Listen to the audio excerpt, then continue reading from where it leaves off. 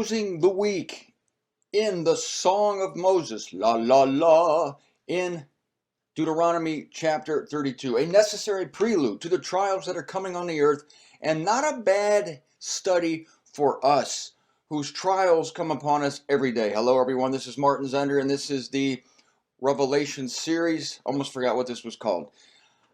Last day in Canton, Ohio. I'd like to thank my sister Kelly, who's also the president of Stark and Hartman Inc., for having me into her home. Isn't that nice? My own sister. I really appreciate that. I have my own room here where I'm broadcasting. On Monday, I will be broadcasting to you again back in my laundry room home in Fort Lauderdale, Florida. So the Song of Moses, we found out that God is a rock and that his contriving is flawless. When he contrives, it's good. When humans contrive, they're kind of finagling something. They're trying to prop something up to make it look better than it really is. Not him. He doesn't have to do that. He's not in a popularity contest, in case you haven't noticed. In case you haven't noticed, he's not too concerned generally what people think about him. He tells it like it is. Yeah, he's the ultimate tell it like it is being, God is.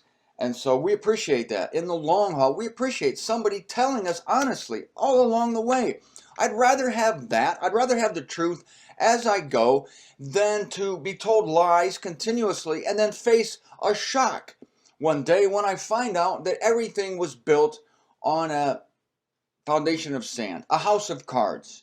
Forget about it. I don't want a house of cards. Let's build rock by rock, stone by stone. God is called the rock. Listen to this. This is now verse 4 of Deuteronomy chapter 32, the introduction to the Song of Moses. That's right, Moses is just getting warmed up here, ladies and gentlemen. I think I would have enjoyed meeting this man. For all his ways are judgment. This is a shocking, every single sentence in the Song of Moses is shocking. I'll read that again, and I can't shut up. I can't just read this thing and get in the flow, sing the song, put it to music. I can't. Because it's like I'm running the lyrics on the screen and I'm stopping the tape and dissecting every lyric because they're so ingenious. Well, God wrote this. All his ways are judgment. Every time we hear the word judgment, we think of, oh, that's bad. God is judging. Oh, ouch. Judgments of God are coming. Judge, judge, judge. And it sounds terrible because Judge Judy, she's always mean. She's always scolding people. You stop doing that. I think I told you about the nun I had in high school named Sister, I don't know what her name was, but we called her the Claw because she had a finger that was crooked like this. You see it on the Canton cam. She had a crooked finger and always pointed to the left, you see. And then she came up to me one day. I don't know what I was causing, some kind of problem, if you can believe it. And she pointed to me and said, I'll have you thrown out of this class. She sounded exactly like that. I'll have you thrown out of this class, pointing that crooked finger at me. And I said, who, that guy? And I pointed to the kid at my left because her finger was pointing to him. She was looking at me. That aggravated her, and I ended up leaving the class temporarily. But I returned somewhat of a hero, I think, because no one withstood the Claw, but I did. So anyway, all his ways are judgment, but judgment is not always a negative thing. That's what we read into it. We assume it is, and judgment has a bad reputation because of Judge Judy, because of the Claw. But when God judges, all his ways are judgment. But we just read yesterday that all his ways are flawless. He's the rock. That's right. Judging, he's always doing it. He's a judger. He's judging as he goes with us, not with the world. The world's judgment is held in abeyance. Our judgment continuously happens. No house of cards here for us. With God, no foundation of sand. He takes us and judges us. A judgment is an adjustment. It's an adjudication. Adj You Adj You. I don't know how it's spelled right now, but the root word there is adjust, isn't it? Yes, it is.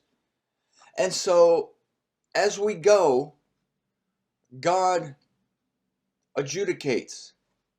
He judges us. He makes little tiny corrections as we go, you and me, because we have this intimate father son-daughter relationship with him.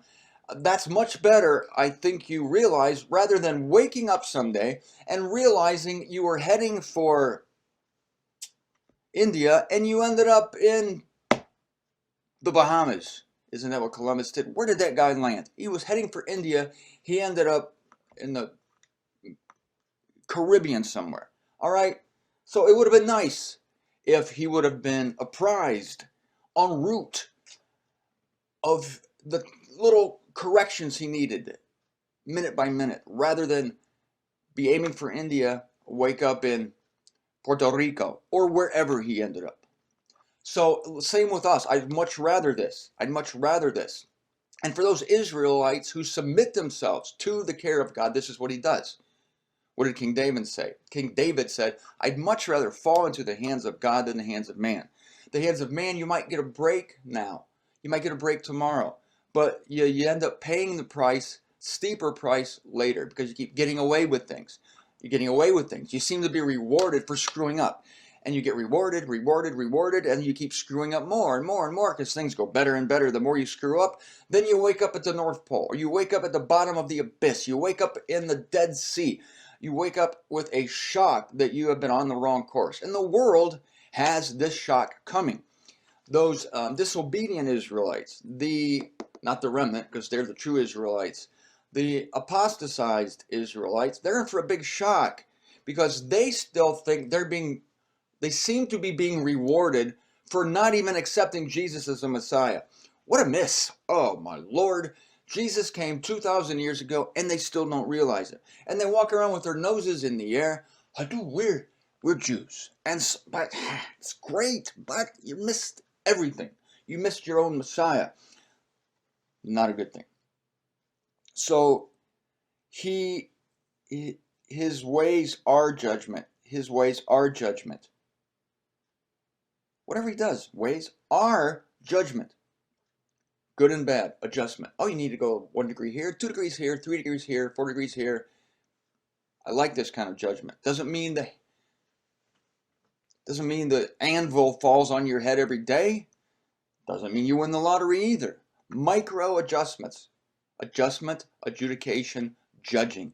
I want you to have a better opinion, a true opinion, not just an opinion. I want you to have better knowledge about judgment of God. Followed by this, now, in also verse 4, a deity faithful and without iniquity. That's helpful to know when he's constantly judging. He's faithful and without iniquity. He's God, doesn't make mistakes. He's the rock. His contrivances are flawless. He's faithful, and he has no iniquity dwelling in him at all. This is our God. Not only our God, Elohim, the placer, but he's our Father. We have a deity who locates us, who moves us, and who has a family-like relationship with us in that he is our Father. That's a much greater thing. And he has a title for that. Yahweh, that could be it. Elohim is the God who places things, locates, Elohim. But this softer relational God is more in keeping with Jehovah. We know him as Lord. That's a hard word too in a way. It's kurios in the Greek, which is master. We think of a master as a task master. But when you have a benevolent, kind, good task master, then things go well for you. And that's what's happening with us. Things are going well, no matter what it looks like. Just and upright is he. He himself, and here's the shocking verse. All this was a prelude. Moses had to say all these things because of this next sentence. A 3-word sentence, and I don't know of any other version that has translated this way, what I'm about to read to you. And I did make a mistake yesterday. I said I was reading out of the concordant literal New Testament. Obviously, this isn't the New Testament. We're in Deuteronomy. This is a concordant version of the Old Testament. Listen to this. He himself corrupts. That is verse 5 of Deuteronomy 32, part of the epic famous Song of Moses. He himself corrupts.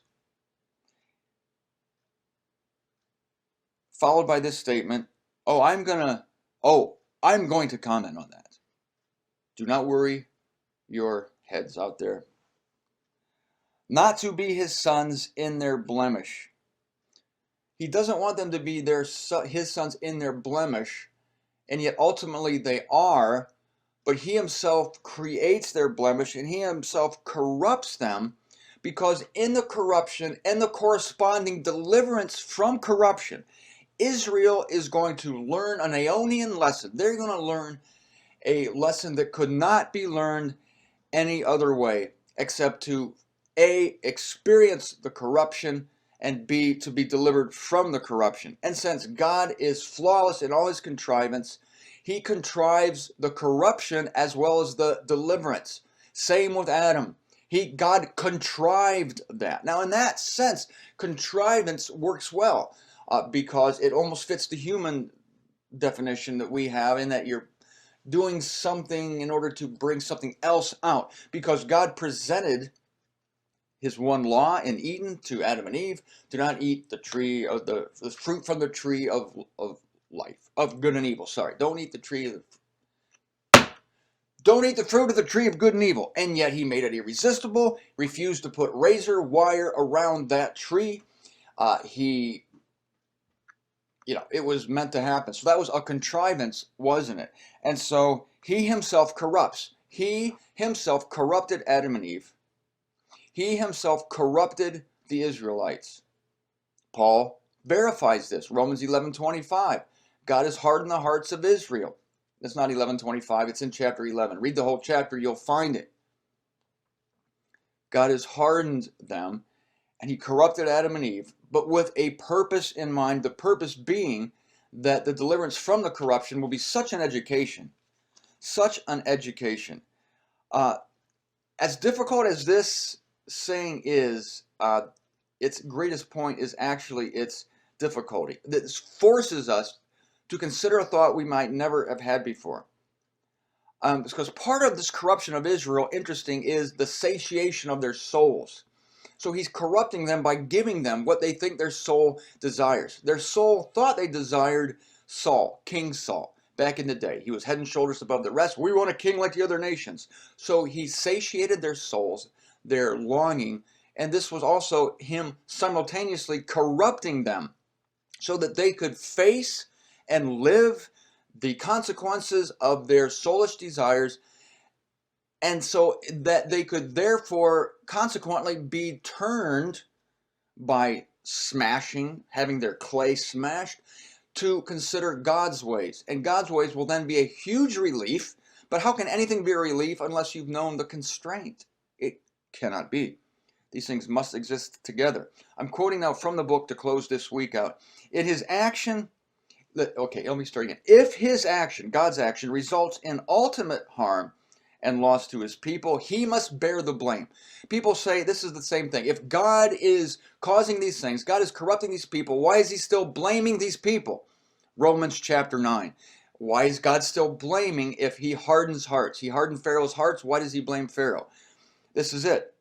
If his action results in ultimate harm and loss to either Israel or Pharaoh or those who are unbelievers today, then he bears the blame. Nobody's ultimately responsible except God. God would have to bear the blame if the loss was ultimate. That's what Christianity tells us, that the loss is ultimate. That is eternal torment. This is far from the case.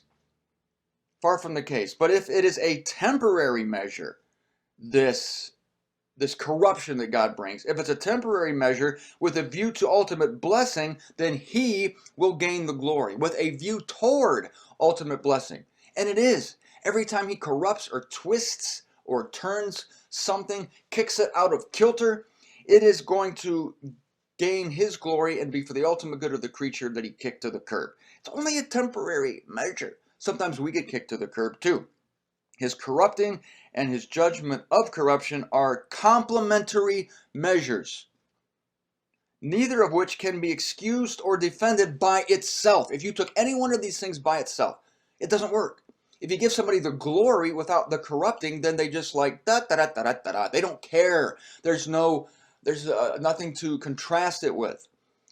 And if you give them the corruption without an outcome, then you have eternal torment. We're left with that sicko doctrine, and who can live with that? Christians claim they can live with it, but they're lunatics. Yet the combination of the corruption and the deliverance is fraught with so much good to his people and glory to himself that they need no defense. But here I am defending it because we have doubts. We have doubts that God is a rock. We have doubts that he's steadfast. We have doubts that his contrivance is perfect. But it is. We have doubts that the God who corrupts, the God who is in charge of everything, can bring a good outcome from this. Because all we can see is the corruption. We have such a narrow vision. We have horse blinders on. All we can see is the immediate consequences. We need to see through it to a ultimate purpose. It's the combination, people. It's the combination of the corrupting and the outcome, the deliverance, which is going to impress upon Israel the goodness of God for all time, even as it impresses upon us God's goodness today.